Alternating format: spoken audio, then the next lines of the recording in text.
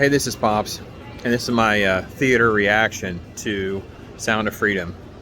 Just a tremendous film, based on a true story about Tim Ballard, who's a Homeland Security agent working Fredo cases.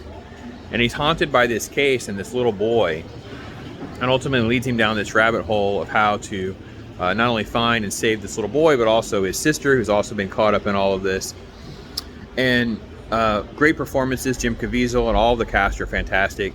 Let me just say this: the first 2/3 to 3/4 I thought were just wonderful. I really want to rewatch the film before I can kind of like I mean, really a final judgment is going to come on the rewatchability of this, but the film is basically Tim's efforts to create campaigns, if you will, to free these children and capture traffickers and really make a difference, instead of what he feels like he's been doing before, which is really kind of like these dead-end things that end up with a lot of bureaucracy and don't go anywhere because they're international cases.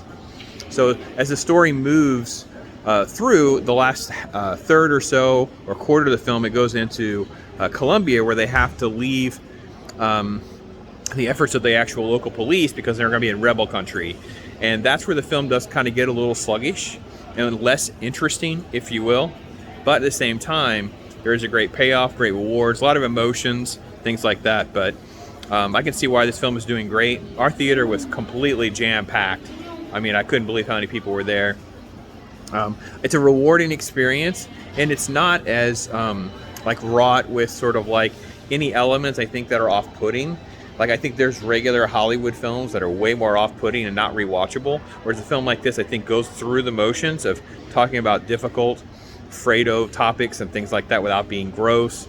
There's some cussing, but it's never that bad. There's nothing profane or graphic about this. It's also, I mean, it will be described as a Christian or a faith-based movie because of its creative theme and its elements, but it is not a preachy film. There's references to God, God's children, those kinds of things, but this isn't like a get on your knees kind of pray kind of moment or anything like that. Really, really well done.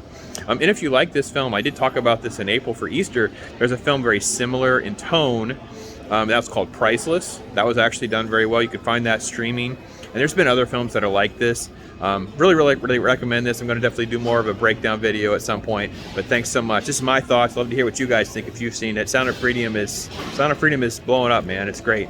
Hopefully you guys can catch it and give me your thoughts too. Thanks so much for watching. I'm Pops.